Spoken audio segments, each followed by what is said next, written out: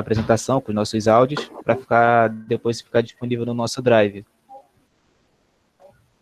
Começou a gravar agora. A apresentação tem um quê de cinema, porque nas 3 semanas anteriores nós fizemos aquele sucessão de três encontros, né, a segunda escola CAP.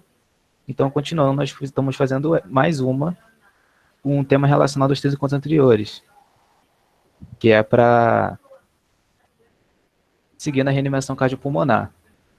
Então, vocês vão ver que tem um pouquinho aqui de cinema, mas daqui é como se fosse a apresentação do nosso Oscar, porque a gente já tinha se antecipado, mas no último encontro fizeram uma pergunta. E em relação ao Covid-19, como a gente vai fazer reanimação?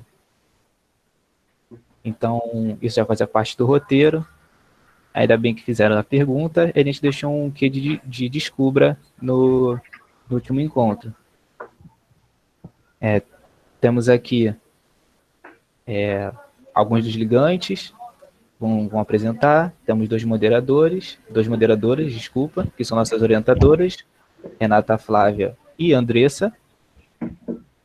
E temos os nossos 2 debatedores, que é o professor Dr. Alan Peixoto e o nosso professor mestre, os dois são enfermeiros, o Marco Chocron.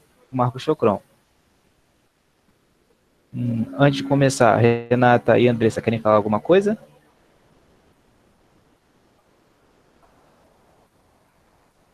Boa tarde a todos, sejam muito bem-vindos. Desejamos que todos vocês possam aproveitar esse momento para discutirmos um assunto tão importante. Meu nome é Renata Flávia, eu sou professora do Departamento de Enfermagem Médico-Cirúrgica da Escola de Enfermagem Alfredo Pinto. E, como disse o João, nós viemos nas últimas 3 semanas discutindo sobre aspectos relacionados ao atendimento à parada cardiorrespiratória e decidimos no dia de hoje relacionar que momentos do protocolo, que mudanças possíveis existem no protocolo associadas ao contexto da Covid-19. Então, todos estamos vivendo um momento no Brasil e no mundo de várias expectativas, então a nossa intenção aqui hoje é discutirmos o que de evidência científica temos levantado e os protocolos têm evidenciado até o momento, sabendo que estamos num momento de grande aprendizado, num momento contínuo e dinâmico. Então, aproveitem e vamos tocar que seja um bom evento para todos. Andressa, por favor, a palavra é sua.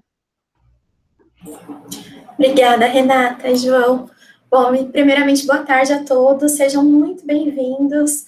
A gente preparou esse evento com muito carinho para todos vocês.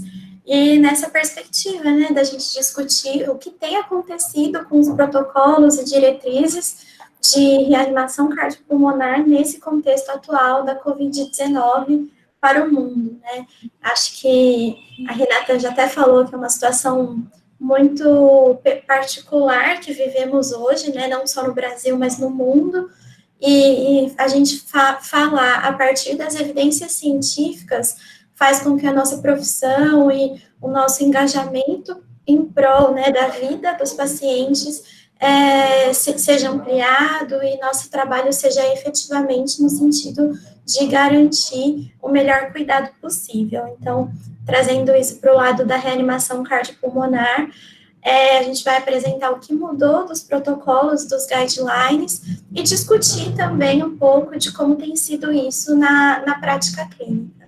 Eu agradeço muito a presença do Alan e do Marco aqui hoje, e agradeço a presença de todos, um bom evento para todos nós. João, passo a palavra de volta.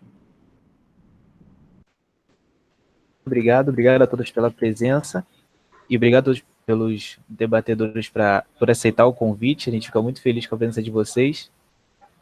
Pediram muito o retorno de alguns debatedores. Então, eu vou dar a palavra para quem vai começar a apresentação. E, por favor, lembre de mutar o microfone e desligar a câmera. E não esqueçam de fixar a tela da Juliana Rezende de apresentação para começar.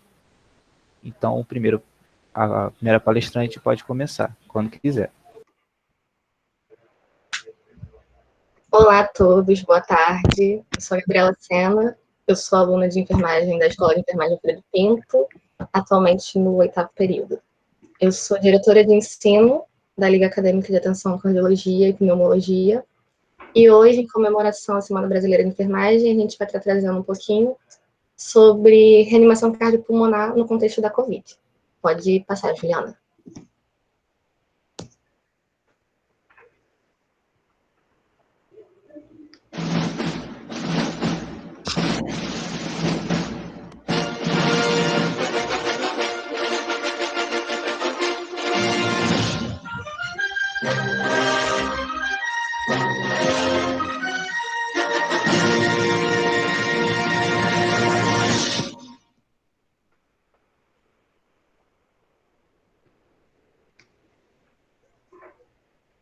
Esses aí são os atores, os coadjuvantes, a participação especial. Gente, cliquem em Juliana Rezende e favoritem a tela dela, porque ela está transmitindo por lá. Conseguiram?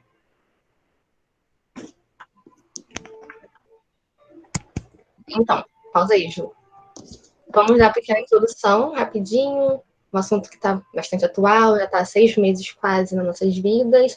A gente vai dar só uma relembrada sobre esses tópicos, e como disse nossa queridíssima Cardi B, sobre o coronavírus. Pode passar.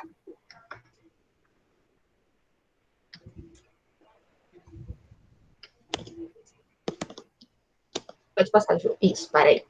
Então, gente, para começar, os coronavírus, eles já são descobertos pela humanidade há um tempinho. Os primeiros foram isolados nos humanos na década de 30, na década de 60 foi quando eles foram denominados de coronavírus pelo aspecto microscópico deles, em formato de coroa, então eles receberam esse nome. E eles são de um grupo de vírus que causam doenças respiratórias, que podem ir desde um resfriado comum até doenças respiratórias mais graves. Em dezembro, no final de dezembro, dia 31 de 2019, foi descoberto na China um novo tipo de coronavírus, que não tinha sido descoberto antes. E foi denominado de SARS-CoV-2, e ele vai ser o agente causador da nova doença provocada pelo novo coronavírus, e foi denominado de COVID-19, que é uma abreviação de Coronavirus Disease 2019. Pode passar, Ju.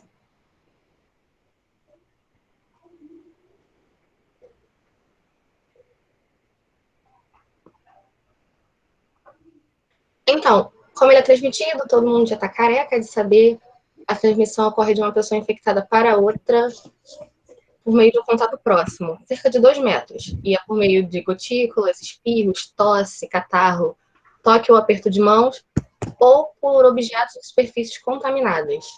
Pode passar também.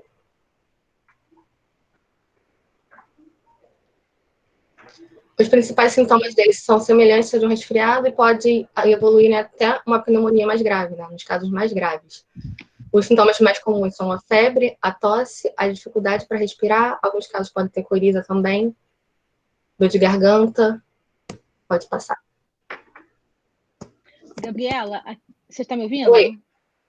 Desculpa, só um segundo. Antes de você dar continuidade, só esclarecer aqui para o pessoal, por favor, que eles não estão visualizando a versão da Juliana Rezende de apresentação e como fixar, então, por favor. Gente, tem 2 Julianas Rezendes. É um perfil que está com a foto dela e um outro está um perfil com um aspecto de slide. Fixem, é um pontinho, um alfinetezinho, essa apresentação, para vocês irem acompanhando. No computador tem ali, tem aquilo ali, onde estão mostrando, e no celular também tem a mesma opção. São 2 Julianas Rezendes. Para ficar mais fácil, Juliana, sai da apresentação e entra novamente, porque atualiza para o pessoal. Tá, peraí. Vocês pararam de ver? Parei, né? Paramos. Tá, peraí. Voltaram a ver? Sim. Voltamos. Voltou. Agora todo mundo está conseguindo? Todo mundo conseguiu? Sim, o retorno do pessoal é que agora eles estão visualizando. tá? Ah, tá. Se quiser Obrigada. voltar uns 2 slidezinhos ou um, Tá. Gabriela, só para você retomar o seu pensamento, tá? Obrigada, pessoal, por rever Tá isso bom, aí. obrigada, gente, pelo feedback. Pode dar uma volta, pode voltar mais um. Mais um? Aham. Então, gente, como eu estava falando, era só um apanhado bem geral sobre a doença, nada que a gente ainda não saiba. Coronavírus são uma espécie de vírus, é uma família, que elas causam doenças respiratórias e vão desde resfriados comuns até doenças mais graves, tipo pneumonia. O novo coronavírus ele foi descoberto no final de dezembro de 2019 na China. Ele foi denominado de SARS-CoV-2 e ele é o agente causador do novo coronavírus, né, do Covid-19, da nova doença provocada por ele. E Covid-19 é uma sigla para Coronavirus Disease 2019. Pode passar, Ju. A forma de transmissão ocorre para pessoas, de uma pessoa infectada para outra, por meio de um contato próximo de mais ou menos 2 metros. E isso se dá através de gotícula de saliva, de espirro, de tosse, catarro, toque ou aperto de mão e pelo manuseio de objetos ou superfícies contaminadas. Pode passar. Os principais sintomas geralmente assimilar uma gripe, né, similar a doenças do aparelho respiratório, e podem ser de moderados a graves. Os mais comuns são a febre, a tosse, dor de garganta, dificuldade para respirar, coriza, enfim, pode passar. E como é que a gente pode se proteger? O que a gente já vem fazendo desde dezembro e mais para a nossa realidade do Brasil, desde o meado de março. Lavar as mãos com frequência, com água e sabão, ou higienizar com álcool em gel 70. Lembrando que, se você pode lavar as mãos, né, e também tem álcool em gel, dê sempre preferência à lavagem das mãos, e também não há necessidade de usar álcool em gel após a lavagem. A tossir ou espirrar, cobrir nariz, boca com lenço ou com o braço e não com as mãos. Muita gente bota assim, mas sempre assim. Se estiver doente, evitar contato físico com outras pessoas e ficar em casa até melhorar. Lembrando de coletividade, pessoal. Evitar tocar olhos, nariz e boca com as mãos não lavadas. E se tocar, lavar sempre as mãos com água e sabão. Mais uma vez, a lavagem das mãos. Não compartilhar objetos de uso pessoal, como talheres, toalhas, pratos e copos. Isso é mais para a pessoa se ela já está doente, né? A gente sabe que numa casa convive bastante gente, é quase impossível isso acontecer, mas se você estiver doente, tente se atentar mais a isso. E também evitar aglomerações e manter o ambiente ventilado. Nossa mãe Florence já falava isso em 1800 bolinhas. E evite aglomerações, respeitem a quarentena. Pode passar, Ju.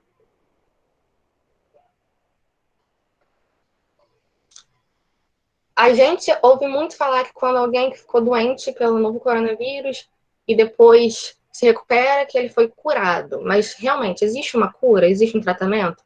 O que acontece hoje em dia? Não tem um tratamento para a doença Covid-19. O que existe é um tratamento para os sintomas. Então, se a pessoa está em casa, está se sentindo mal, está com febre, dor de garganta, mal-estar, ela vai tomar um antitérmico, um analgésico.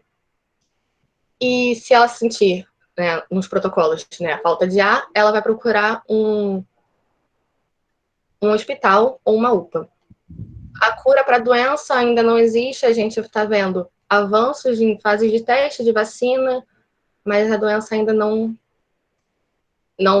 há registro que a medicina atual possa curar, né? E nem que a gente possa se prevenir dela. Pode passar, Ju.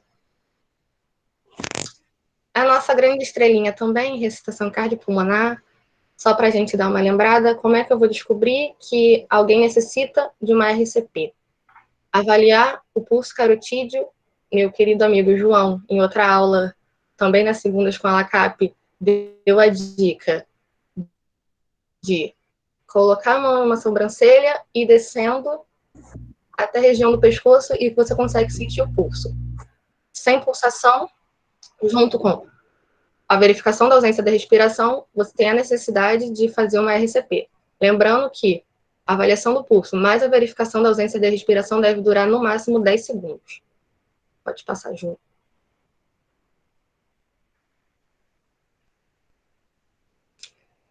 Aqui só um pequeno spoiler para mais à frente na apresentação. A gente vai falar que também pessoas que possuem Covid-19 podem evoluir para uma PCR. E por que elas podem evoluir para uma PCR? Pode ser através da hipóxia, que é a falta de oxigenação nos tecidos. Ela pode descompensar as doenças crônicas prévias que ela já tem, pode ter uma evolução de um quadro séptico, ou pode também ter uma acidose. Aqui no cantinho tem os 5Hs e os 5Ts, que são as causas comuns que levam a uma PCR. Nos 5Hs a gente tem a hipóxia, a hipovolemia, tem a acidose, representada ali pelo hidrogênio, tem a ou a hipercalemia, tem a hipotermia, e no 5T tem tamponamento cardíaco, trombose cardíaca, trombose pulmonar, atenção pneumotórax e as toxinas. Em algum desses quadros, se estiver presente, acionar também o time de resposta rápida, que no contexto intra-hospitalar são as pessoas que são capacitadas a fazer a RCP nesses momentos. Então, você já tem um grupo separado que vai atuar somente nisso, otimizando o tempo. Pode passar, Ju.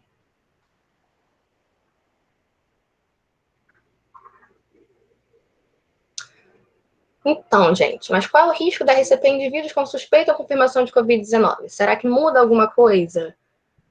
Agora, nesse novo cenário de coronavírus, será que a gente tem que tomar algum cuidado? Será que tem alguma prática diferente?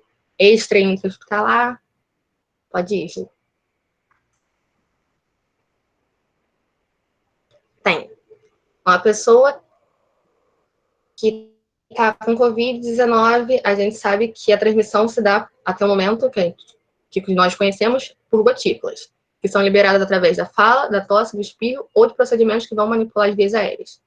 E gotículas vão se depositar em superfícies e não vão alcançar grandes distâncias.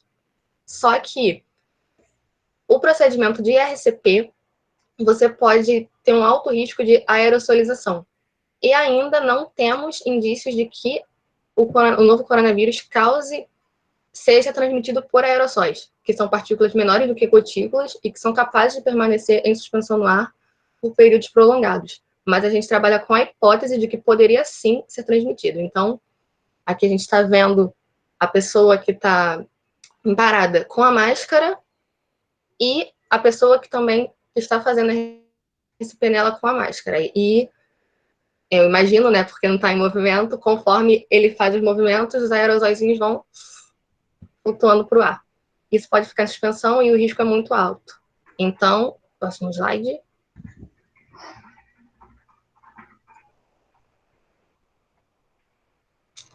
O que fazer quando a gente suspeitar que a vítima está com Covid no contexto extra-hospitalar, né? Um atendimento pré-hospitalar. Pode passar, Ju. Primeiro de tudo, verificar a responsabilidade da pessoa. Viu lá, sempre por ombros, ver se a pessoa responde, isso dá um feedback, né, até um pouco primitivo do sistema nervoso central. Se a pessoa responder, mesmo que não tão rápido, assim, não tão estimulada, mas respondeu, ok, ela não está segura. Se não respondeu, liga para o SAMU e solicite o desfibrilador externo automático, que é o DEA. Nisso, verificar pulso e respiração. Lembrando, se você estiver em uma cena, né, um ambiente que tem mais pessoas, divida, né, oriente outras pessoas a fazerem as coisas. Porque se você tiver que verificar a responsabilidade, ligar para o SAMU e depois verificar pulso e respiração, você já perdeu tempos preciosos para começar ou não a RCP. E lembrando também que cada cena, uma cena eficiente, é uma cena que tem um líder. Então, você pode atuar como líder e você pode designar, né, a RCP ou a ligação para o SAMU para outras pessoas, enquanto você faz outras coisas. Número 2, usar a máscara. Pode ser a máscara cirúrgica ou de tecido e também colocar na vítima. Você usa a sua, a vítima usa a dela. Número 3, realizar a RCP apenas com compressões. Só de 100 a 120 por minuto. Mas um pouco mais para frente a gente vai saber um pouco mais o porquê disso. E número 4, utilizar o DEA, que é o desfibrilador externo automático, assim que possível. e se ele estiver disponível também. Pode passar, Ju. Como colocar a máscara? Então, gente, a gente vê muitas pessoas utilizando a máscara de forma errada, tanto a máscara cirúrgica quanto a máscara de pano. Primeiro de tudo, higienizar suas mãos. Pode ser com álcool em gel ou pode ser com a lavagem das mãos se você estiver em casa ou um ambiente que dispõe de pia e sabão. Eu vou fazer uma pequena simulação. Se você tiver a máscara cirúrgica, você percebe que nas extremidades dela tem uma parte que é com um metalzinho. Então, a primeira coisa que você vai fazer vai ser ajustar aquele metalzinho no nariz para ele ficar certinho. No caso da máscara de pano, ela não possui. Então, você ajusta, né, dá uma seguradinha e depois utiliza as alças. Ui, caiu. Erros. Ajustando na outra orelha. Embaixo também. Vocês conseguem me ouvir, gente? Sim. Então ok. Ajusta no queixo, nariz, deve ficar tampado.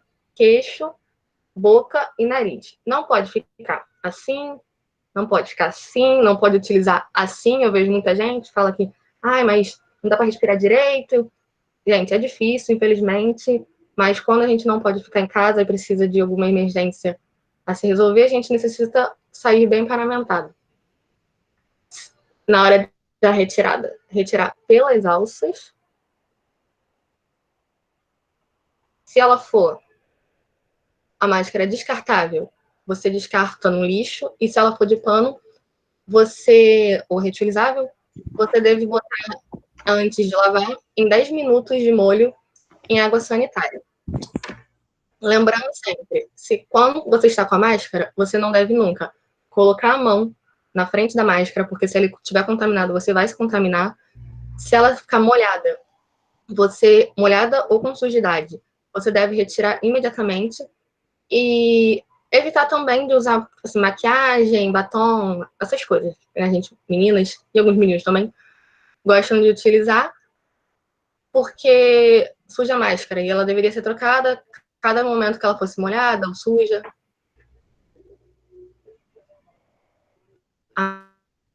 Professora aqui. Solução diluída de água com água sanitária. Obrigada, professora.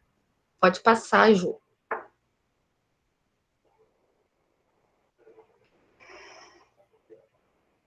Aí um exemplo de como não usar máscara, inclusive do senhor Bolsonaro. Não deixar... volta um pouquinho, Ju. Não deixar o nariz de fora, como eu falei, não colocar a mão na máscara enquanto estiver utilizando ela, não usar fone com máscara também, porque aí você vai contaminar, e não utilizar a máscara no queixo. Pode passar. E como higienizar as mãos? Gente, tem gente que acha que a higiene das mãos, assim, aquela coisa toda de Hollywood, de Grey's Anatomy, que você apaga a escovinha, essa coisa diferente, higienização e asepsia. Eu vou simular aqui com álcool em gel, e vou lembrar que a prática de com álcool em gel e com a lavagem com água e sabão é a mesma. Tem gente que quando passa álcool em gel, só passa assim, acha que tá bom. Infelizmente não tá só gastando álcool em gel. Então, tanto pro álcool em gel quanto pro sabão, você deve primeiro, no caso da água com sabão, molhar as mãos e colocar a quantidade adequada de sabão para fazer espuma. Vou botar aqui o álcool em gel. A gente espalha na palma da mão. O tempo da lavagem é como se fosse 2 parabéns para você, então você pode cantar mentalmente. O dorso das mãos, na mão esquerda, mão direita. Dedos, assim, esfregando os dedinhos. Polegar, vocês viram que quando você faz assim, né, na imagem dá para mostrar, o polegar fica de fora. Então, você também tem que lavar o polegar separadamente. Não esquecer das unhas. E na imagem não mostra, mas é importante também lavar os punhos. Então, você lava. No caso da lavagem das mãos, quando você for né, com água corrente, tirar o sabão, você tem sempre... Ah, não dá para ver? Ah, desculpa, Rafael. No caso da água com sabão, quando você for tirar o sabão, tem que ser da ponta dos dedos pro sentido do punho. Senão, a parte do punho que não tiver molhada, que não tiver lavada, ela vai escorrer e vai contaminar toda a sua mão que você lavou. Pode passar, Ju. Deixa eu só... Vocês não viram, então, a máscara, né? Nem a máscara, nem a lavagem, porque estavam com a tela apresentada.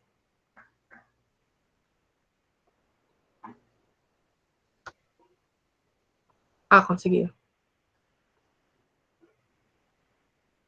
Ok. Então, vou dar continuidade. E se socorrista leigo não tiver álcool em gel e máscara?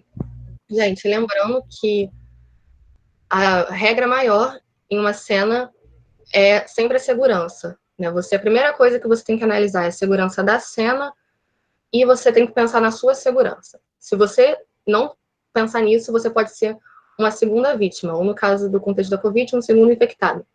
Então, se o leigo não tiver álcool gel e máscara, você não faz a RCP. Você pode fazer outras coisas, como ligar para o SAMU, 192, que está ali no cantinho, e está acompanhando a vítima. Mas a RCP, como a gente já viu, o alto risco de aerossolização, você não faz. Mas se você estiver em casa, né, e não, você pode convive com a pessoa, tecnicamente você já foi exposto, então posso fazer. Pode passar, Ju.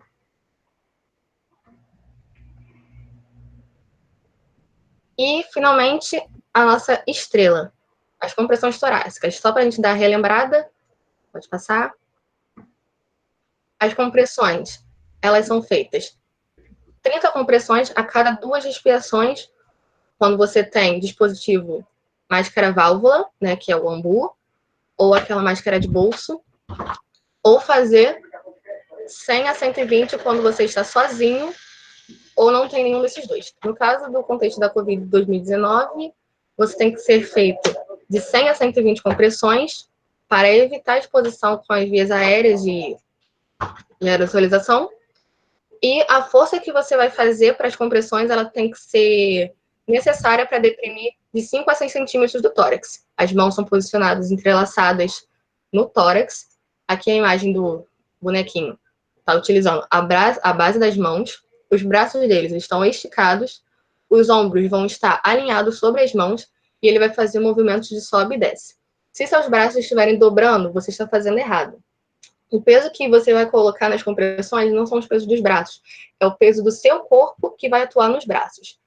E você vai fazer o movimento de sobe e desce. Atualmente, a gente tem 1 milhão de músicas que simulam o ritmo de sobe e desce, né? A mais conhecida dos Bee Gees, tem a Live, que fica ha, ha, ha, ha. Tem a Live, tem Baby Shark, tem Velocidade 3 da Dança do Creu. A American Heart Association possui no Spotify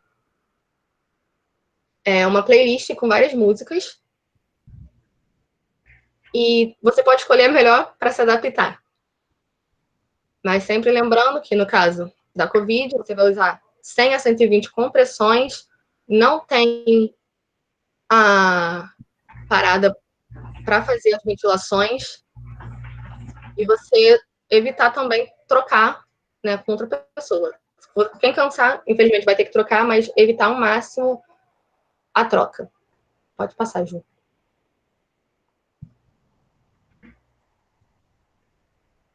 E só para finalizar essa primeira parte, que foi só para a gente dar relembrada, contextualizar a RCP, para introduzir o nosso grande show intra-hospitalar.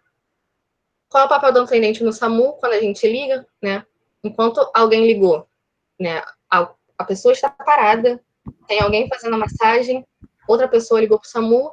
Qual é o papel do atendente nisso? O atendente, ele vai contextualizar a equipe que vai ir de encontro a essa cena e vai também falar sobre o caso suspeito de Covid. Então, a equipe já vai se preparar desde esse início. A desfibrilação de acesso público, eu devo usar?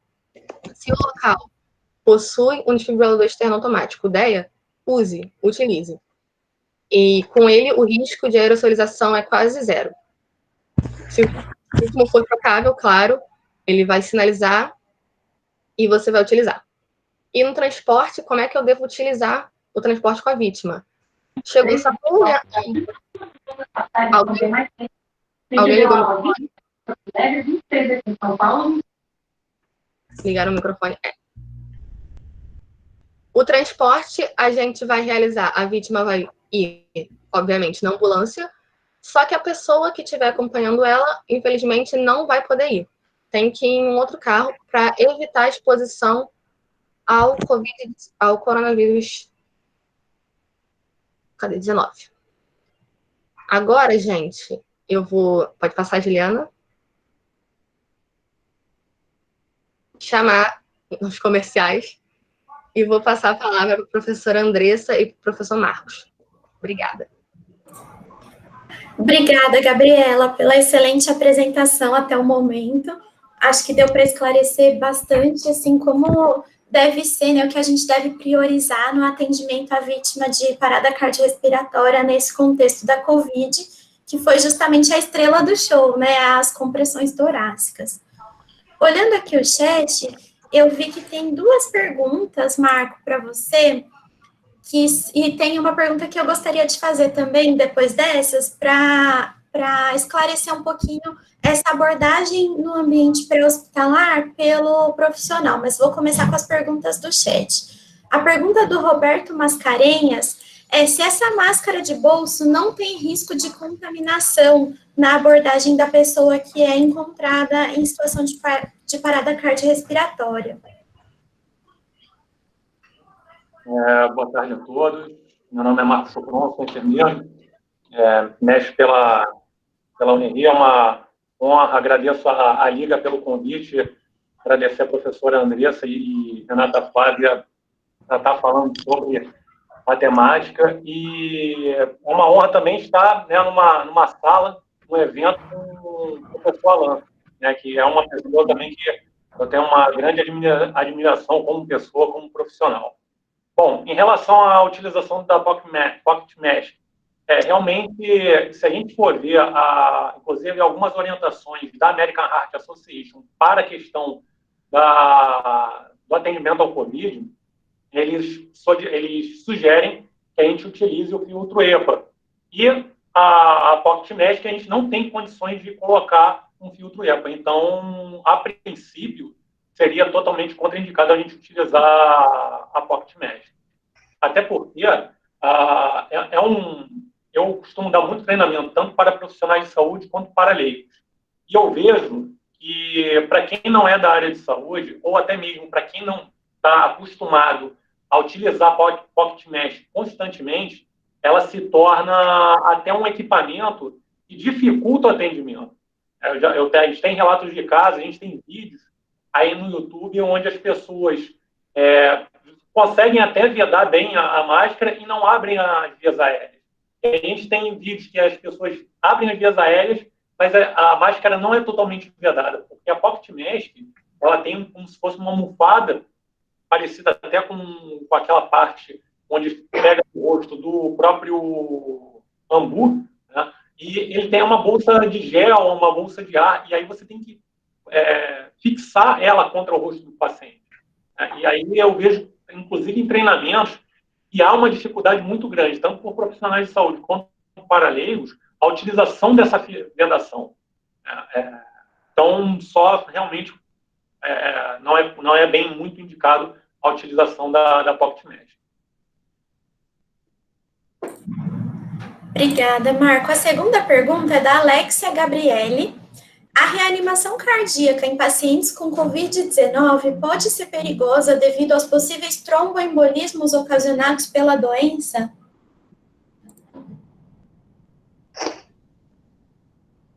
Bom, obrigado pela pergunta.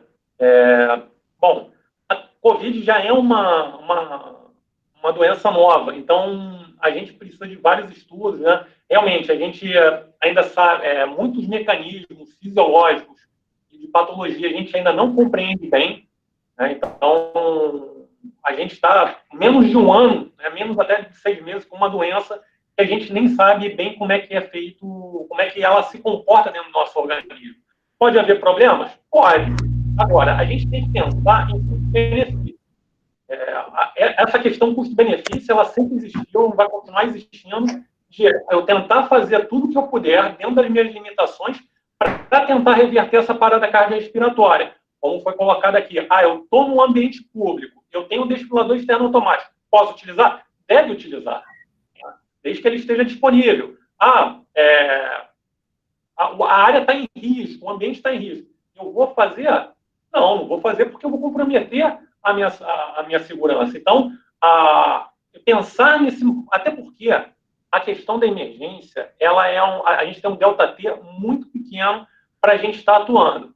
Então, se a gente pensar se vai funcionar ou não, o ideal é que a gente tente fazer a ressuscitação cardiopulmonar. Agora, pode trazer complicações de tromboembolismo? Pode. Agora, a gente tem que pensar em custo-benefício sempre. Obrigada. E aí a minha pergunta, ela é no sentido da gente pensar um pouco o aumento do número de paradas cardiorrespiratórias que a gente vem vivenciando no nosso país e num contexto mundial por conta da Covid-19. Então, tem alguns estudos que mostram que teve um aumento, de fato, das paradas no ambiente extra-hospitalar. Então, em casa ou na rua, principalmente por questões respiratórias, né, por insuficiência respiratória, mas também por agravamento agudo, né, iminente das condições crônicas, caso a pessoa já tenha.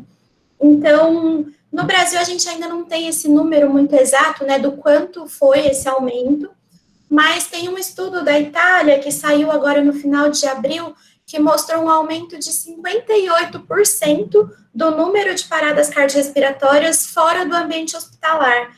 E aí, no Brasil, quando a gente pensa, né, que esse número está aumentando também, apesar da gente não ter um número exato em evidência ainda, mas os serviços de saúde já apontam esse aumento, como é que você vê, Marco, na sua opinião, essa questão da sobrecarga de trabalho dos serviços e equipes, né, de atendimento extra-hospitalar, tanto nas unidades básicas de saúde, para onde muitos pacientes têm sido levados, né, pela proximidade com as casas, pela questão de vínculo, né, entre a pessoa que mora ali, que sofreu a parada, e a equipe, como também pelo atendimento móvel de urgência, pelo SAMU, né, se aumenta o número de paradas fora do hospital, acaba aumentando a demanda por atendimento, né? Como é que você vê essa relação, assim, hoje, no nosso contexto, considerando esse aumento pela Covid? Boa pergunta, professora.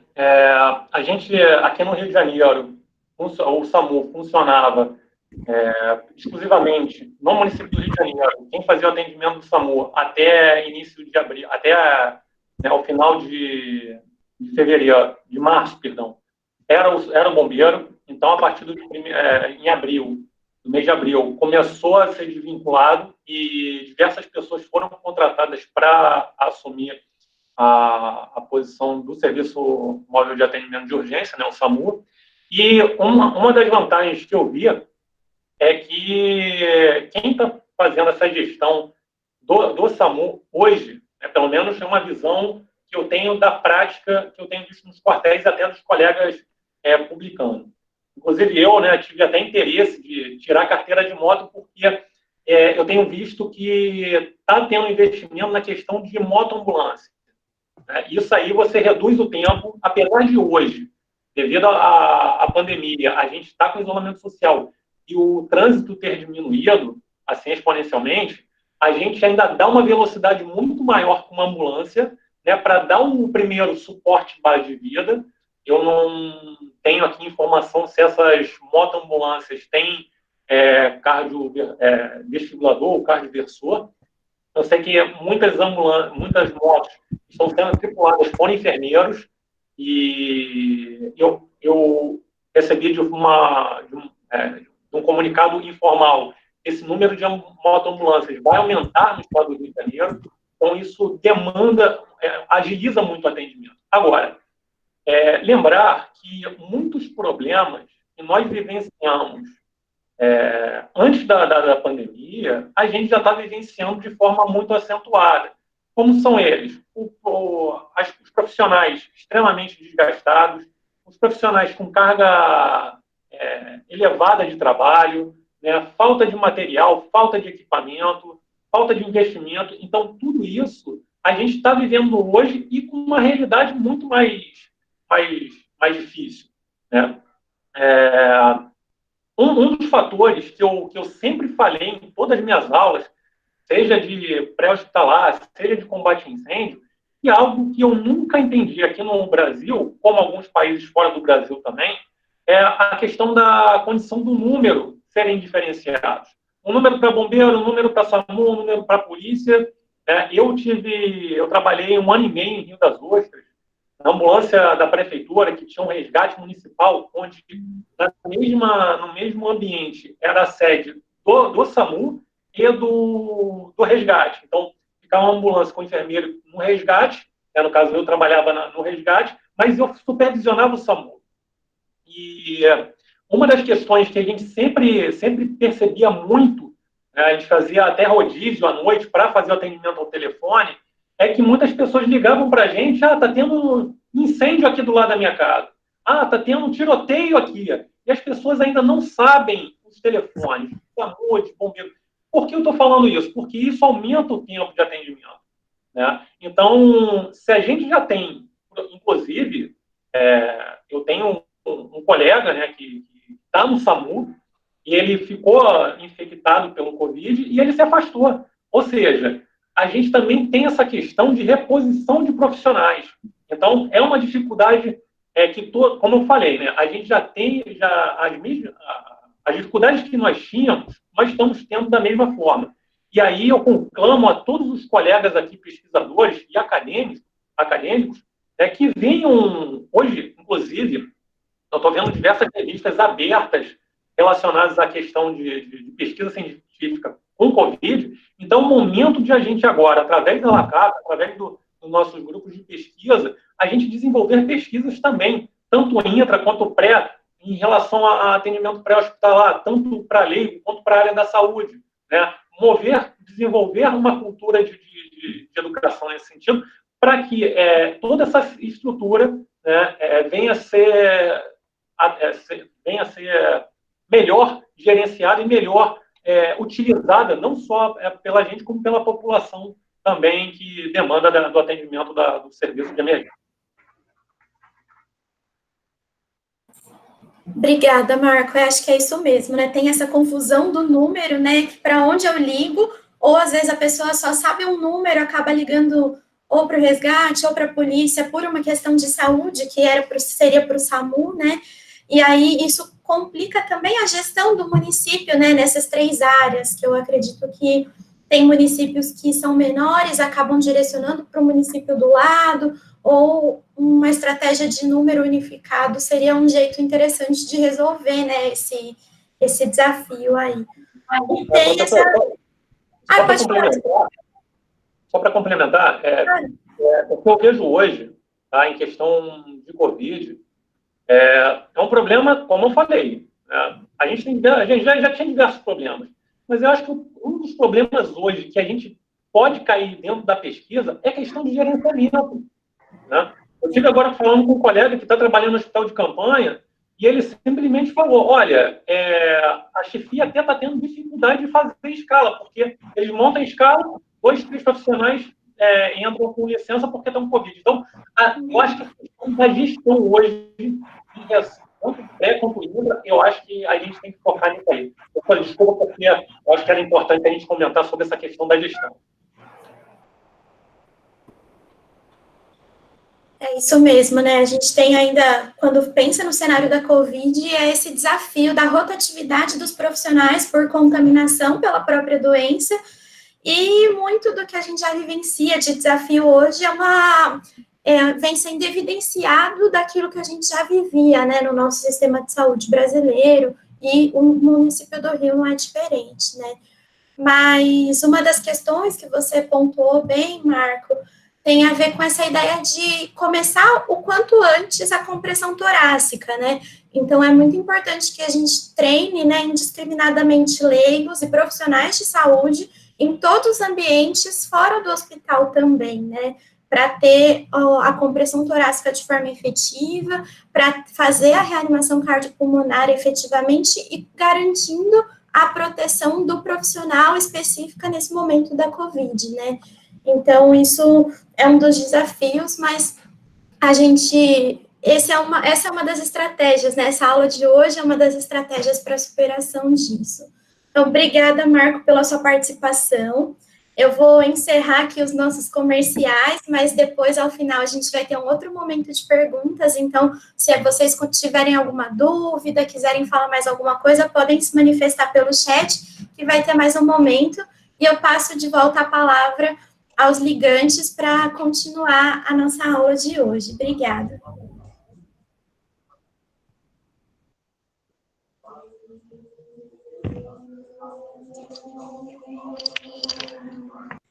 Júlia, a gente não está te ouvindo.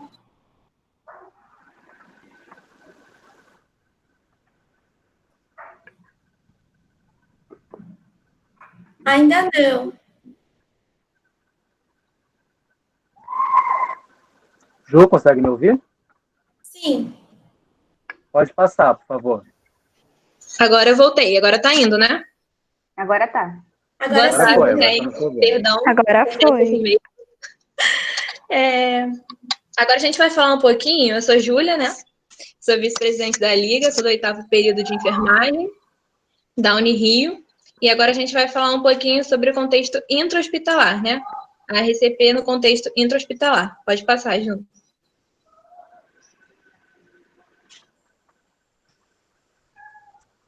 Então, dá uma pausa. Ju, você não passou demais? Tem que voltar, não? Deixa eu ver. A gente vai começar falando sobre a questão do pessoal na sala, né? Porque tem que ter um pessoal reduzido. Ju, tem como você voltar um pouquinho? Pode voltar. Isso, perfeito. Isso, dá play. Dá play, Ju. Ju? Foi mal, foi mal. Pode dar play.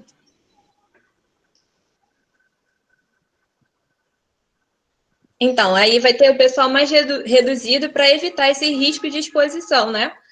Que ali a gente pode ver que na imagem da esquerda tem mais profissionais do que na direita. Mais ou menos tem que ter uns 4 profissionais para realizar essa RCP, dependendo do caso do paciente, né? Pode dar play. Gabriel, pode falar alguma coisa? Quer falar alguma coisa? Um comentário? Não, queria só comentar sobre a foto. Pode só voltar um pouquinho, Ju? Perdão pela confusão. Pode só voltar um pouquinho? Eu ia falar justamente isso. Eu queria apontar as diferenças entre essas duas imagens, na imagem da esquerda e na imagem da direita.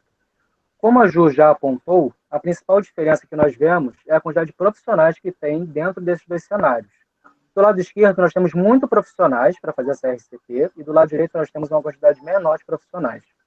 Nesse momento, nesse contexto de coronavírus, nós trazemos os protocolos baseados nesse contexto atual. Então, é tudo muito dinâmico, as informações mudam, mas a principal recomendação é o distanciamento social.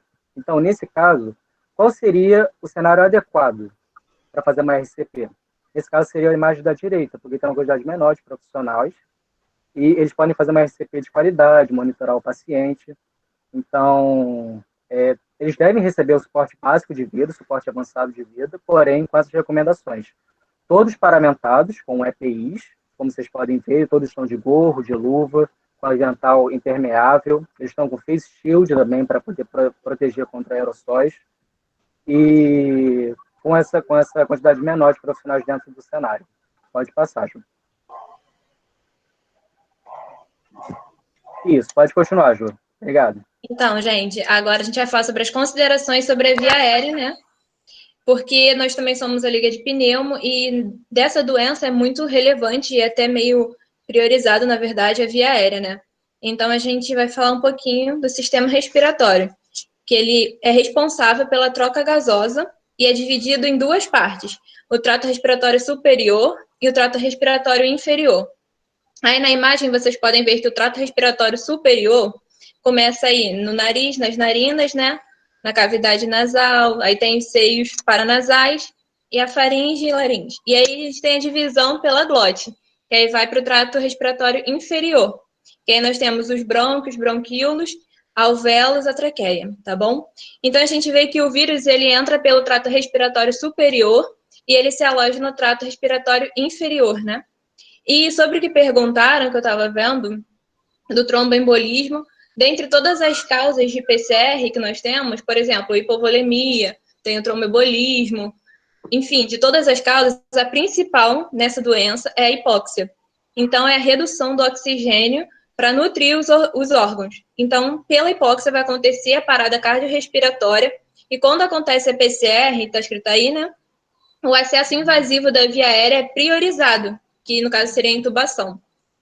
Nós devemos evitar a ventilação com o dispositivo bolsa, válvula, máscara. Ah, Julia, nunca ouvi falar desse dispositivo. É o famoso AMBU.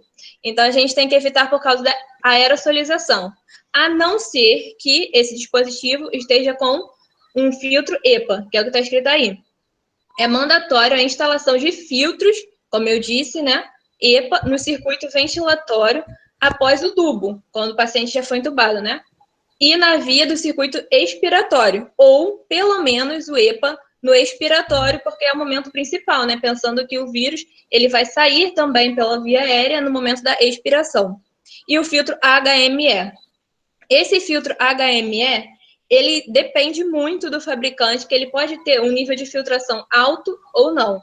Então, isso tem que ser muito bem analisado.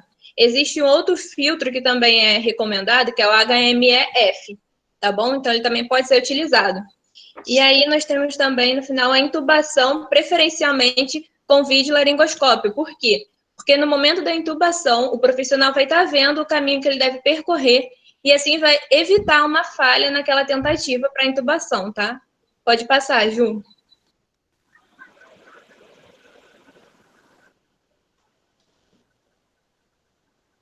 Aqui nós temos um fluxograma, né? Como se fosse um processo que a gente pegou nas nossas referências, mas também em alguns locais, algumas instituições, alguns medicamentos podem ser modificados. É isso que eu quero esclarecer, antes de explicar tudinho que está aqui, tá bom? Primeiro, para a intubação, a gente tem a pré-oxigenação com a máscara com reservatório, ou também é chamada de máscara não reinalatória, também tem esse nome, que é essa máscara que está aí para vocês verem, tá bom? E aí depois, você vai ver se o paciente está com sinal de choque. Se ele estiver com sinal de choque, por exemplo, hipotensão, enfim, você vai usar vasopressores para ajudar a sair desse estado de choque, aumentar a pressão. E infundir 500 ml de cristalóide se não houver uma contraindicação. Agora, ele não tem sinal de choque. Então, você vai prosseguir com a intubação por sequência rápida, otimizando a primeira tentativa. Essa sequência rápida, como eu disse, é uma sequência de medicamentos e procedimentos que são utilizados para essa intubação. Então, a gente primeiro tem a pré-medicação com a lidocaína. A lidocaína ela é utilizada aqui para abolir o reflexo laríngeo, que, por exemplo, tosse, e ajudar nessa intubação, né? A sedação pode ser por cetamina, que é a mais utilizada, ou ketamina, mas como eu disse, dependendo do caso, se houver alguma contraindicação, o profissional, a instituição pode escolher outro medicamento. Ela é seguida de um bloqueador neuromuscular. Aí eu coloquei os dois exemplos que são mais utilizados.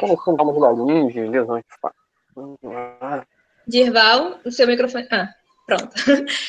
Aí esses dois bloqueadores neuromusculares são o rocurônio e a succinilcolina, são os mais utilizados. Então, aí está falando também sucesso na primeira tentativa. Você vai ver se aquela tentativa da intubação deu certo ou não. Como? Você vai ver isso pela capnografia. O Gabriel vai falar mais à frente explicando o que é a capnografia, mas basicamente é você verificar o estado respiratório do paciente. Nesse exame, você vai verificar, vai medir o dióxido de carbono expirado. Aí, vamos lá, a capnografia teve sucesso, a primeira tentativa, sim. Então, você vai conectar ao ventilador mecânico e vai prosseguir com os processos intensivistas, os procedimentos intensivistas, né? Veia profunda, enfim. Agora, não deu certo na intubação. A primeira tentativa não deu certo. Então, você vai ter um kit de via aérea difícil, né? Que pode ser feita uma crico, que é a cricotireoestomia, ou utilizar uma máscara laríngea. Lembrando que esse procedimento ele não é definitivo.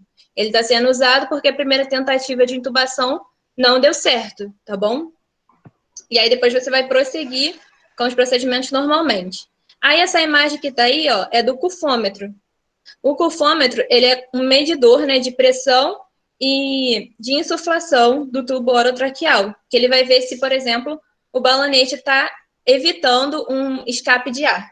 Porque, no caso, né, você tem lá a via e vai ter o balonete. Se esse balonete não estiver bem adaptado, pode acontecer um escape de ar e aí vai acontecer a contaminação. Então, por isso que serve o cufômetro, tá bom? Que é a imagem que está aí. Pode passar, Ju.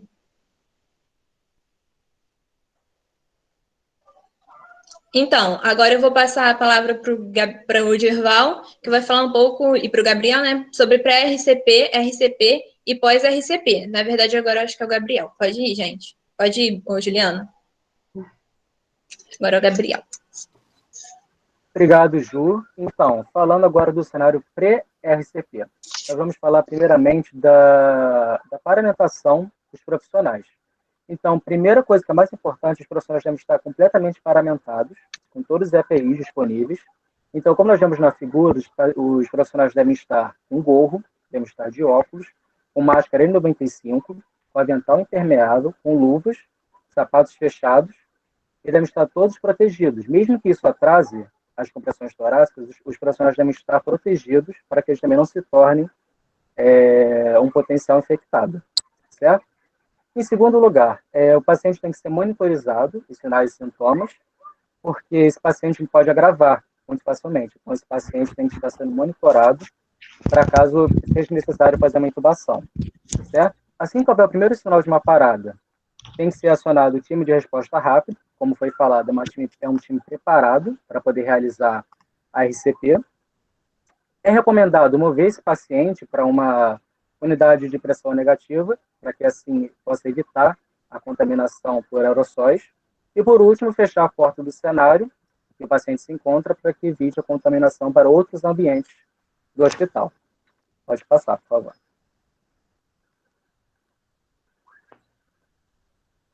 Aqui nós trazemos 2 vídeos que serão enviados por e-mail sobre a colocação da EPI e a remoção da EPI que seja feita de forma adequada, evitando a contaminação do profissional e sendo feita de forma segura. Pode passar. Agora eu pergunto a vocês, e se ocorrer a parada cardíaca, o que nós devemos fazer nesse caso?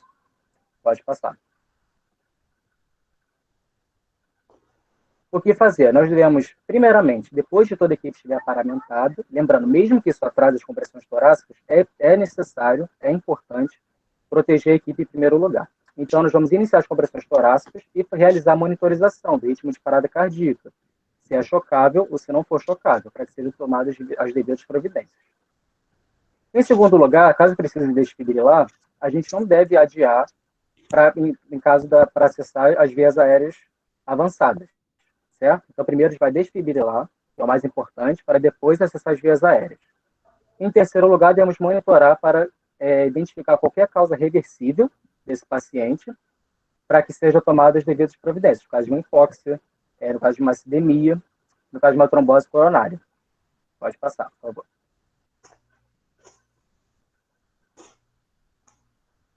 E aqui nós trazemos os parâmetros para a RCP. Nesse diagrama aqui do lado direito, nesse gráfico, nós trazemos o que a capnografia vai realizar. Ela vai medir a quantidade de dióxido de carbono que vai ser expirado. Então, nesse gráfico, por exemplo, nós vemos que a expiração está sendo adequada da quantidade de dióxido de carbono, porque faz esse formato, o ideal na capnografia, faz aí a gente sabe que a RCP está sendo feita de boa qualidade. Esse é um método padrão que a gente pode usar para poder identificar se a RCP está sendo feita de uma boa qualidade. Se, no caso, o valor da pressão parcial de dióxido de carbono ao final da expiração for menor do que 10 milímetros de mercúrio, significa que a RCP não está sendo feita de forma eficaz. Então, quais são os parâmetros que a gente tem que avaliar para verificar onde é que está o erro, o que está acontecendo? Em primeiro lugar, a frequência de compressões. A quantidade de compressões deve ser de 100 a 120 por minuto, certo? Com 6 centímetros de profundidade. No caso, estamos falando do adulto, então 6 centímetros de profundidade. Em segundo lugar, orientações sobre a troca do compressor. Se a pessoa que estiver fazendo a compressão não estiver fazendo de uma boa qualidade, não estiver sendo eficaz, nós podemos mudar a pessoa que está fazendo a compressão. Em terceiro lugar, a carga do choque. No caso, se for monofásico, são 360 joules, e se for bifásico, são 120 a 200 joules. E o quarto é sobre a ventilação. No caso, a ventilação tem que ser ajustada conforme os parâmetros que vamos ver nos slides a seguir. Se estiver disponível no aparelho, a gente pode colocar o ventilador no modo de parada cardiorrespiratória, configurar para uma fração expirada de oxigênio de 100%, ajustar para 10 a 12 frequências de frequência respiratória e vai manter o volume corrente a 6 milímetros por quilo do paciente. Manter a pressão respiratória positiva a 0. Pode passar, por favor. Agora eu passo a palavra para o Dirval, que ele vai continuar como é que seria esse cenário com o paciente entubado no momento da parada.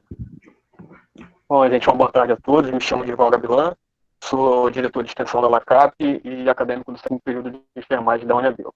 Bom, a gente vai dar continuidade, né? O Gabriel estava falando aí, a gente vai falar agora um pouco sobre pacientes entubados no momento da parada, né? O que eu devo fazer? Qual tipo de procedimento eu devo realizar com esse paciente? Bom, em primeiro lugar, a gente precisa pensar em manter esse paciente no ventilador mecânico, né? Não retirar. Eu vou deixar esse paciente no ventilador mecânico. Em segundo, ajustar o ventilador para a ventilação assíncrona, né? E aí a gente vai evitar, no caso, a necessidade de interromper a ventilação enquanto realizando essas compressões. Em terceiro, garantir a segurança do tubo endotraqueal de traqueostomia, né? E aí realizando uma boa fixação, né? Até para a gente evitar um trauma de laringe, um broncoespasmo, lesões nos lábios e outras coisas que podem acontecer se não ocorrer uma fixação boa desse tubo endotraqueal, tá? Pode passar, Ju, por favor. Bom, e aí a gente tem alguns parâmetros importantes, né? Com relação a essa parte de ajustes do ventilador mecânico. A gente vai ter a nossa FiO2, né, que é a nossa fração inspirada de oxigênio, ela precisa estar em 100%. A nossa frequência respiratória, a frequência respiratória do paciente, no caso, ela precisa estar ali entre 10 e 12, a PIP vai estar em 0 e o volume corrente em 6 ml por quilo de peso ideal. Uma outra função interessante também no caso, o botão PCR-RCP. Existem alguns ventiladores. O que esse botão faz, basicamente? Ele vai ajustar todos esses parâmetros que eu acabei de falar para vocês aqui. Ele já coloca no automático todos os parâmetros para, no caso, um paciente em PCR. Então, é claro que muitas vezes não é a nossa realidade ter um ventilador desse, mas é algo muito importante que vai fazer com que a gente consiga realizar o procedimento o mais possível, né? Lembrando que a RCP ela precisa ser realizada o mais rápido possível. Pode passar, por favor, tá? Bom, agora a gente tem imagens aí, né? Uma imagem com o paciente em prona e a outra imagem com o paciente culto dorsal. Aí a gente faz a pergunta para vocês: qual das imagens vocês acham que é o paciente em prona? A imagem 1 ou a imagem 2? 30 segundos para a resposta. 30 segundos para as respostas no chat.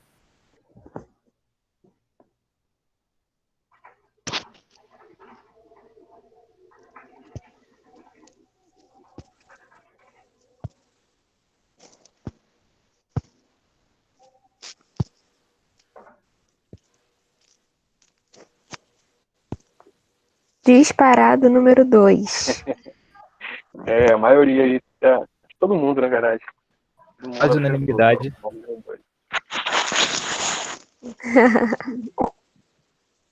Pode passar aí, por favor, Ju.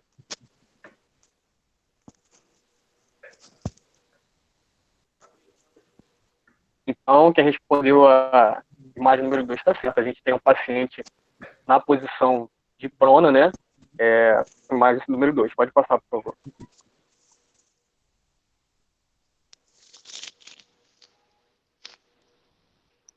Bom, e aí a gente começa a falar um pouquinho sobre esse paciente pronado, né? Por isso que a gente colocou a imagem do paciente em prona. Paciente pronado no momento da parada cardiorrespiratória.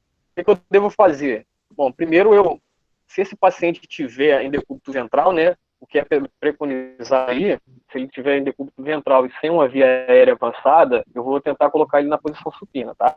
Então, se esse paciente está lá na posição de decúbito ventral, e ele não está com a via aérea avançada, a equipe tem que tentar colocar esse paciente na posição supina. Agora, caso esse paciente esteja no decúbito viral com uma via aérea avançada, aí eu vou evitar colocar esse paciente na posição supina, né? E isso que a gente tem, lembra aquela velha máxima que os princípios da RCP, né? Tem que ser o mais rápido possível. Então, se esse paciente está em decúbito ventral com uma via aérea avançada, eu vou ter uma dificuldade, eu vou perder um certo tempo para poder colocar esse paciente na posição contrária. E isso aí vai fazer com que eu perca um tempo e realize as compressões o mais rápido possível, né? No seu canto superior, se puder botar a seta lá, vai ver. No seu canto superior direito, você vai ver uma imagem lá, provavelmente um profissional de saúde que está realizando uma compressão num paciente em prona. E aí lembrar com relação à questão da posição, né? Onde eu vou pegar minha mão dominante, no caso minha mão direita, região hipotenar, vou colocar ali entre as duas costelas, né? E... Cadê? Sumiu para mim aqui. Isso. Vou pegar a minha mão dominante, vou colocar na região hipotenar, vou pegar minha mão não dominante, vou entrelaçar os dedos, vou colocar as mãos entre as escápulas, desculpa, entre as escápulas na minha linha média da região torácica, e vou realizar a compressão. Vou começar a realizar minhas compressões normalmente, como foi dito anteriormente em outros encontros. Lembrar de estar no ângulo de 90 graus, né? E os ombros, os braços e as mãos no ângulo de 90 graus. Outra importante é com relação aos pés. Eu acho que dá para ver, pelo menos do lado esquerdo ali dá para ver. A gente vai colocar as pás do desfibrilador. Uma vai estar sobre a escápula direita e a outra pá vai estar na região lateral, né? Ali na linha axilar média, do lado esquerdo, tá? Importante falar sobre colocação dessas pás na desfibrilação. Pode passar, por favor, tá? Bom, e aí... Passou? Foi. Bom, e aí pensando na pós-parada, né? O que a gente deve fazer após ter realizado a RCP, né? Primeiro, pensar em controlar as infecções. Em segundo, descartar todo o material ou limpar, no caso, o equipamento usado durante a RCP, e aí a gente vai seguir as recomendações do fabricante, diretrizes locais e da instituição, tá? Em terceiro, remover o EPI com segurança. E aí eu acho que destaco porque é um ponto muito importante. É um momento onde muitos profissionais de saúde estão contaminados. Às vezes você realiza um procedimento todo correto, tomou todas as precauções na hora de se paramentar, mas da desparamentação, de retirar esses EPIs, então, às vezes, de uma maneira errônea, acaba tirando o EPI, né? E aí se contamina e, consequentemente, acaba contaminando outros integrantes da equipe. Então, esse é um momento importante, esse momento da remoção do EPI. E o Gabriel até falou anteriormente que foi enviado um vídeo para o e-mail de vocês, né? O pessoal que se cadastrou. E aí é legal vocês darem uma assistida tanto na utilização, né? Na colocação dos EPIs, quanto na retirada. Em quarto, a gente tem a higiene das mãos, né? Importante realizar essa higienização das mãos, tanto com água e sabão, eu falo de água e sabão, tanto com álcool em gel, realizar bem essa higienização. Em quinto, debrief, né, gente? É super importante, né? É a parte que eu vou chamar a minha equipe, vou dar aquele feedback, né? Ver o que eu poderia fazer de melhor, quais os pontos que eu acho que eu poderia melhorar, né? O que a gente fez de errado, o que a gente fez de certo, mas que a gente pode melhorar. Então, o debrief é muito importante, pensando nessa situação de Covid-19, é muito importante para a gente enfatizar e acertar todos os erros e melhorar aqui que foi acertado. A gente também tem a questão da simulação, né? Para treinar a correta colocação e retirada do EPI e o atendimento a PCR. Então, a simulação é algo importante, né? Eu vou estar treinando essa minha equipe para atuar, né, nesses casos de EPI com paciente com Covid-19 ou com suspeita de Covid-19. E esse treinamento aí que vai ocorrer através de simulação vai deixar a minha equipe mais segura, mais preparada para quando realmente acontecer a situação real, todos estarem em condições de agir da maneira mais rápida possível. Pode passar, por favor.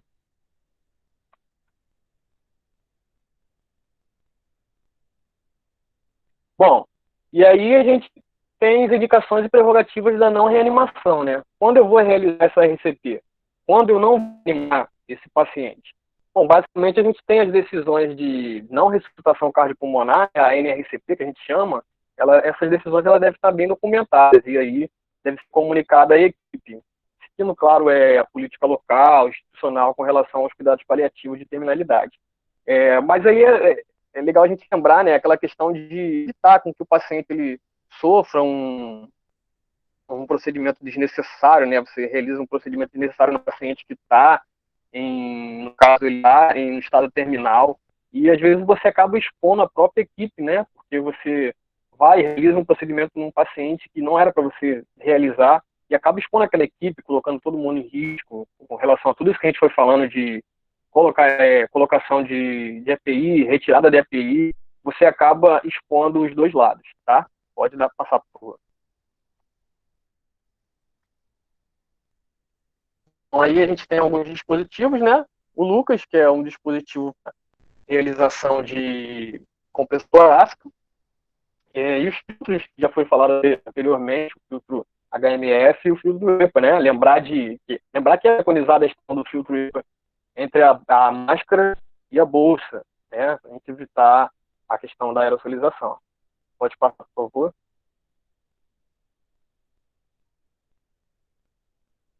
Então, a gente vai aos nossos comerciais agora, com a professora Renata Flávia, o professor Alan Peixoto.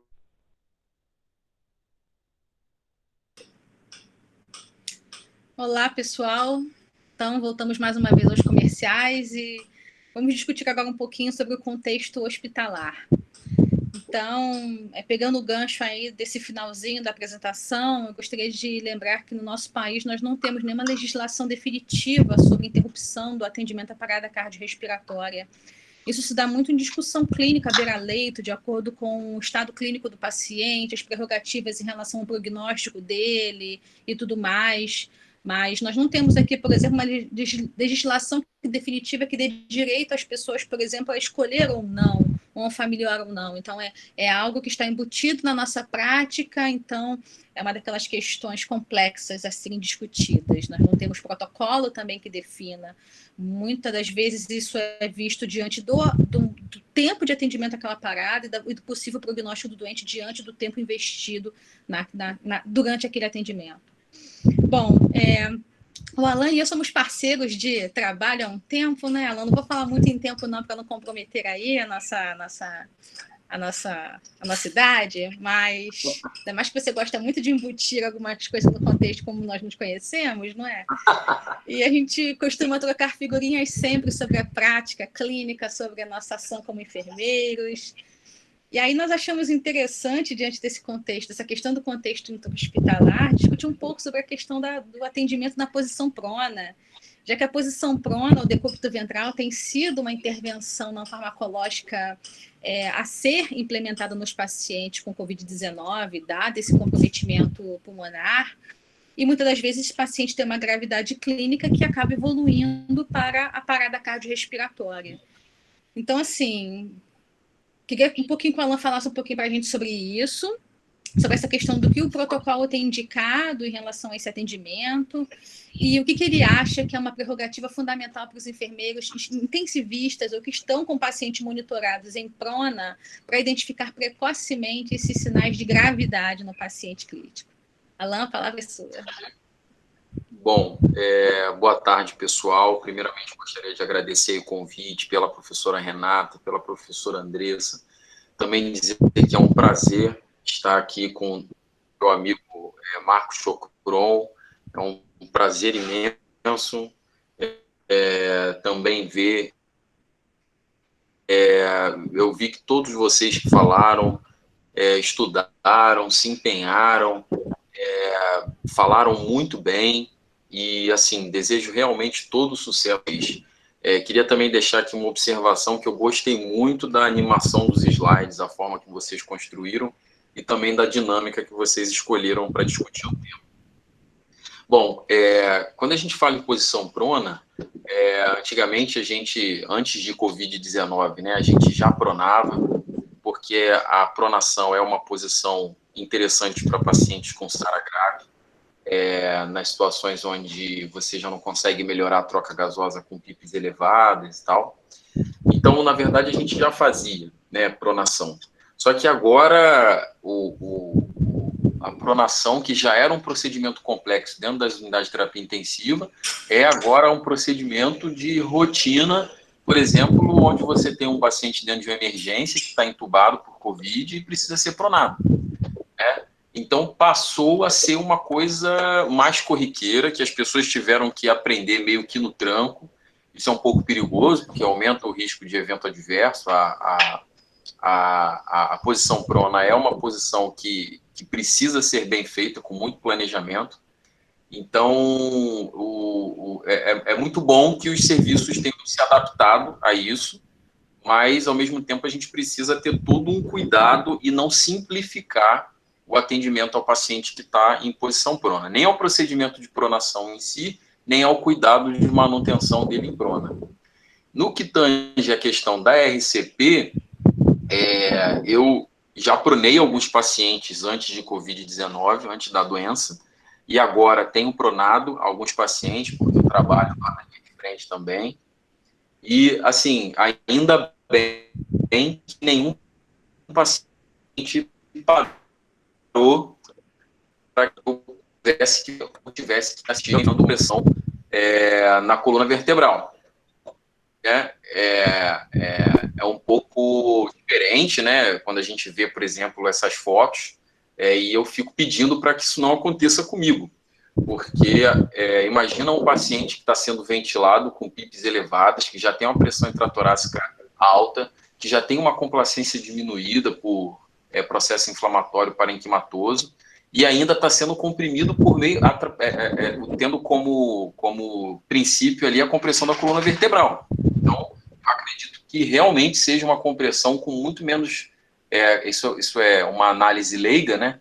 Que seja uma compressão talvez menos eficaz do que a compressão na parede anterior, como nós estamos acostumados a fazer.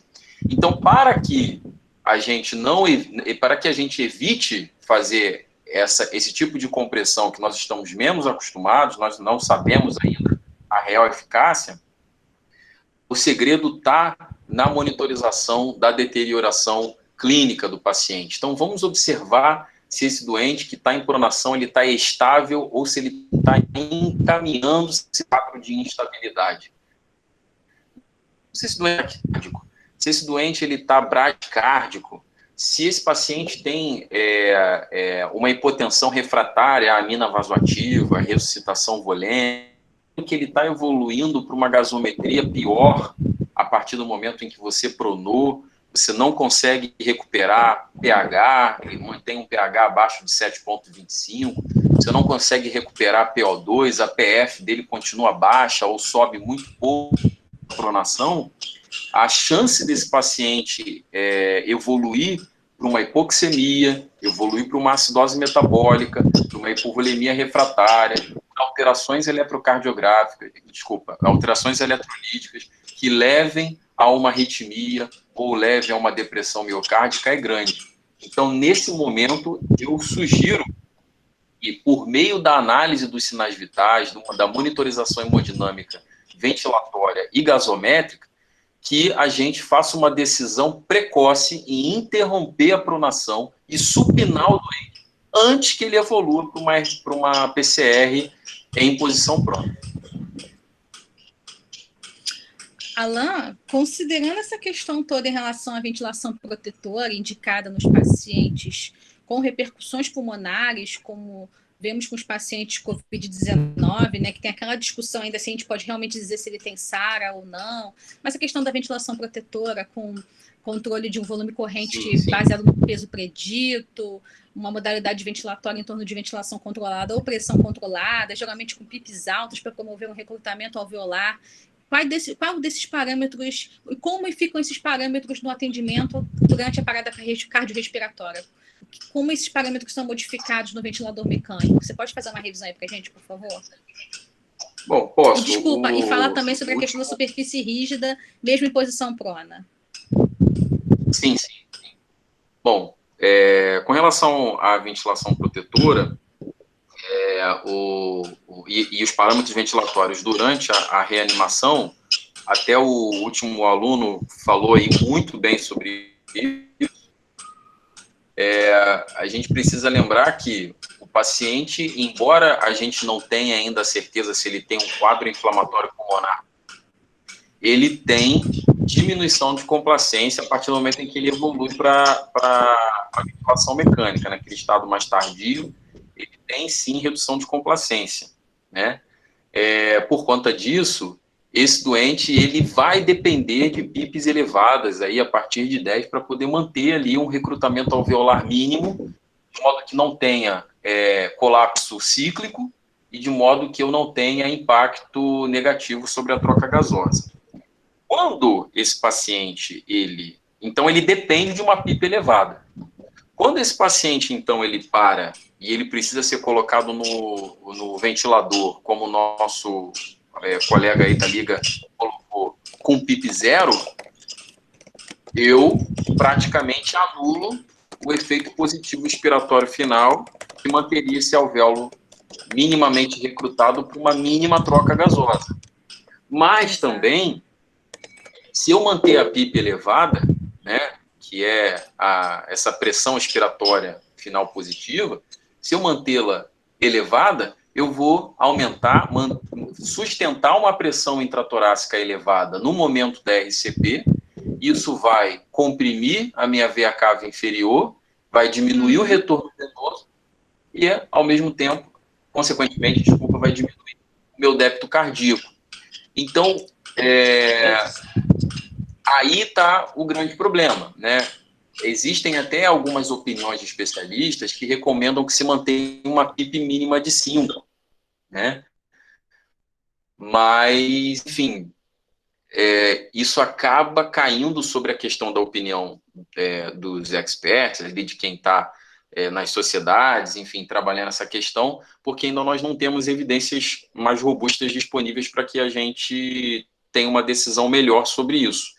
Na minha humilde opinião, eu acredito que tem, assim, que zerar a PIP para garantir um bom retorno venoso e um bom débito cardíaco, para que minimamente você consiga recuperar a circulação espontânea. Logicamente, tem grande chance desse paciente depois de voltar com piora da troca gasosa, com piora da relação PF mesmo, com perda daquele recrutamento que foi feito durante aquelas horas que ele ficou com PIP elevada, mas, enfim, é o preço que se paga, é uma questão de custo-benefício. Exato. Sabe o que eu penso também? Os nossos registros de atendimento à parada cardiorrespiratória, geralmente eles são muito limitados e nos limitam, inclusive, epidemiologicamente, de termos resultados compatíveis com momentos de debriefing, como foi falado, tão necessários para revermos as técnicas, todo o momento da identificação, qual o ritmo de parada, se foi um ritmo chocável ou não chocável, se houve degeneração do ritmo no momento do atendimento. Então, nós precisaríamos, inclusive, também termos registros mais apurados, né, mais específicos, mais pormenorizados em relação aos itens que foram utilizados, aos momentos, aos registros de uma maneira geral do atendimento da parada. Então, acredito que isso seria de grande auxílio para fazermos auditorias e revermos protocolos e atendimentos, fomentarmos treinamentos e tudo mais, não é? Eu acho que, nesse sentido, Renata, eu acredito que a manutenção da utilização do MIUS ou do NIUS na monitorização do paciente nesse contexto, eu acho que seria útil para uma questão de registro. Verdade. Até atingindo ali uma pontuação, um score próximo da zona vermelha, e aí seria uma questão de um protocolo interno, decidir-se por supinar o doente, entendeu? Exato. Pode ser uma saída, né? Com certeza, com certeza. Protocolos que você observe a piora clínica do doente e antecipe isso para você, tanto o ato de pronar quanto de supinar o doente, justamente prevenindo essa complicação. E acho que um outro ponto também que saiu de uma pergunta sobre superfície rígida, né? Então, a gente sempre precisa usar superfície rígida. tão tranquila em relação ao atendimento, porque nós garantimos minimamente uma compressão que traga qualidade e circulação do sangue diante de uma compressão torácica.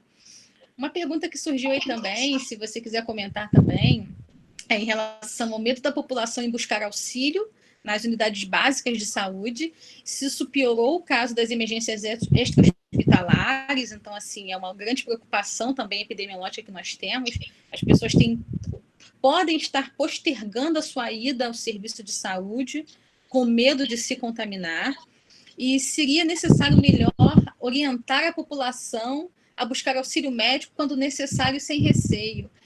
E, assim, eu estava particularmente pensando nisso, eu acho que a mídia, ela tem um grande papel nesse ponto, não é? Assim, nós vemos muitas das vezes as nossas mídias sendo utilizadas de uma forma, acredito, infelizmente, não muito responsável, e algumas informações em saúde, elas poderiam ser muito bem repassadas à população em diversas mídias, de que forma que orientasse adequadamente, não baseado em notícias falsas, mas em notícias verdadeiras, de como orientar a população. Então, estar atento aonde essa informação está chegando, em quem ela está chegando, é um grande desafio, né? Nesse momento, realmente, eu acho que a gente ainda não conseguiu encontrar um denominador comum em relação a esse momento de procurar o serviço, porque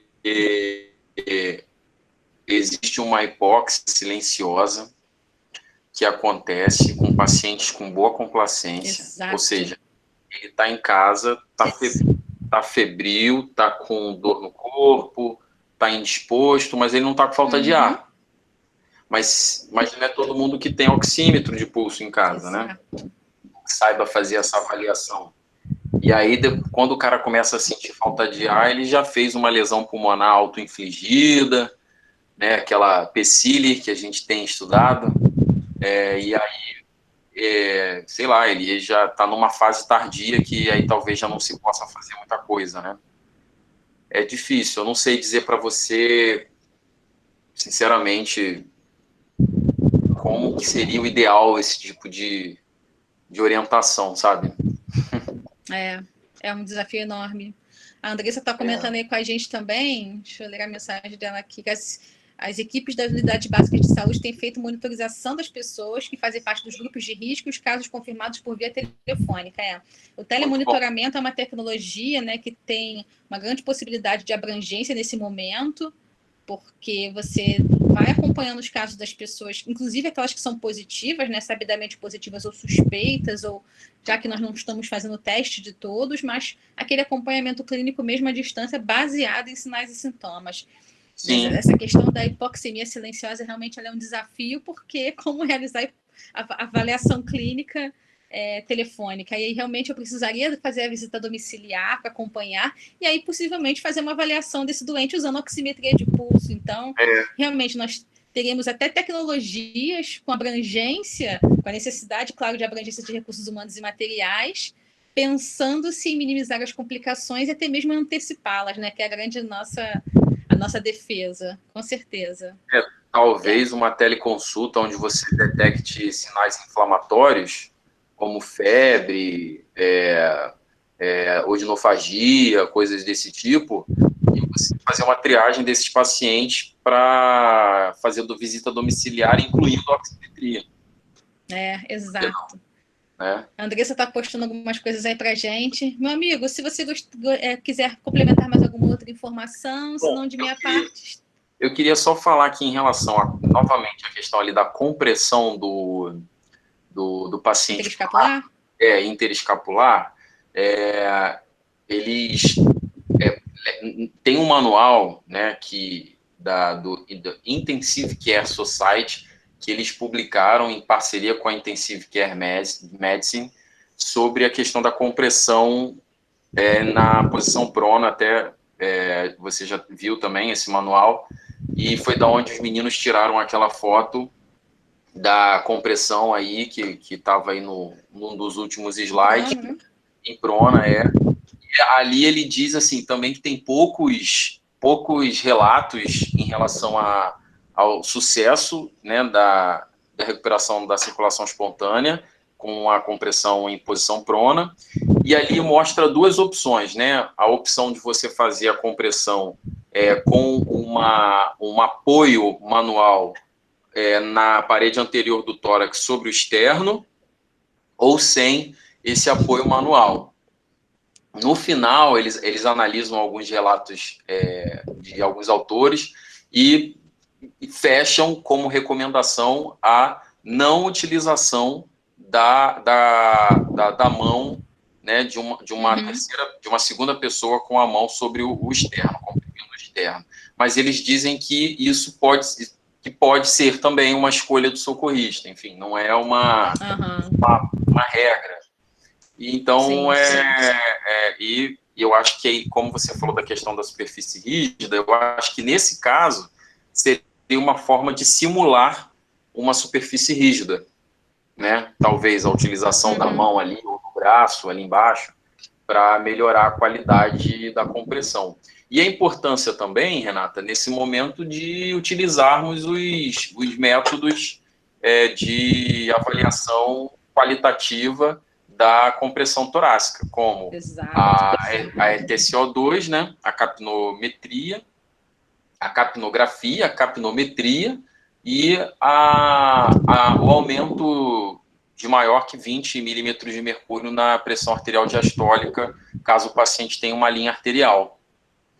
Porque esse paciente, a cada compressão, se ele tiver uma melhora, né, da pressão diastólica, significa que você está fazendo um bom retorno, né, da compressão e, consequentemente, você está tendo uma pressão diastólica minimamente favorável ali para você gerar algum débito na próxima compressão. Então, acho interessante manter. Falar também do Lucas, que os meninos também falaram, é bem interessante a questão do ressuscitador.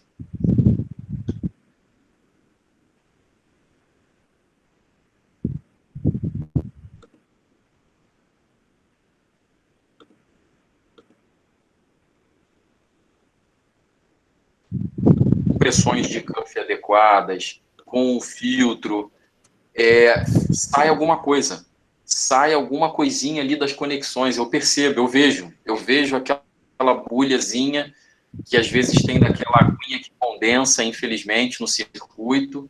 Então, é difícil a gente garantir que realmente o sistema esteja completamente fechado quando a gente tem aqueles circuitos ali conectados. Então, vale a pena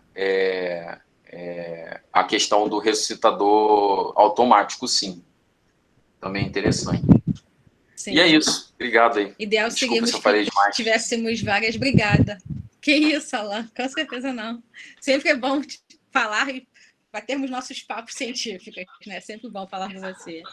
Pessoal, então, agradeço retornando ao nosso comercial, LACAP, a fala de vocês novamente.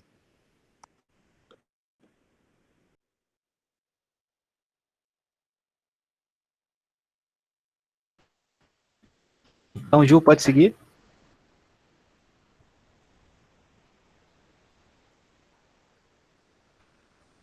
Então, gente,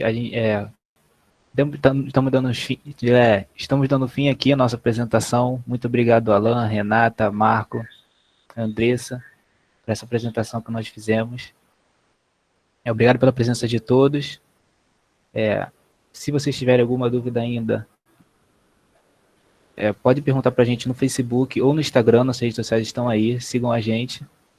A Liga e os Ligantes também, meu momento de biscoitar.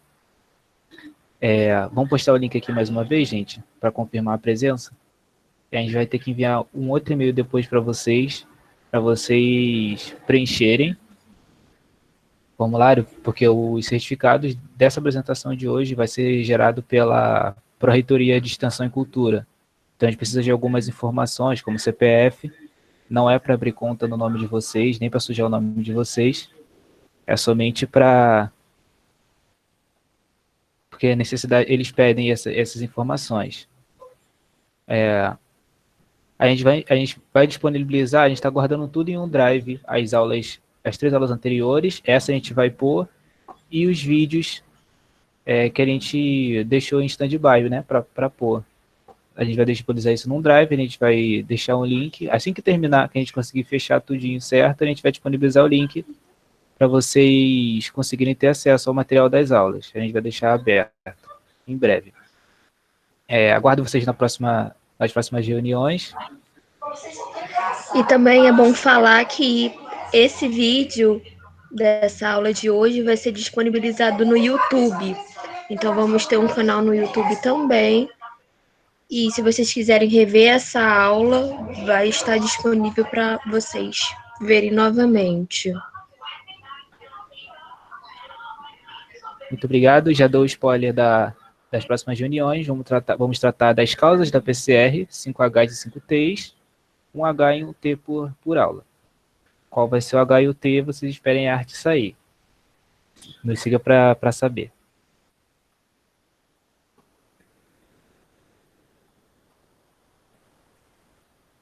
Então, com isso eu encerro aqui a nossa apresentação. E vocês estão convidados já a se retirar. Obrigado pela participação de todos. Os integrantes da Liga vão fazer um debriefing agora da reunião. E qualquer coisa, vocês podem mandar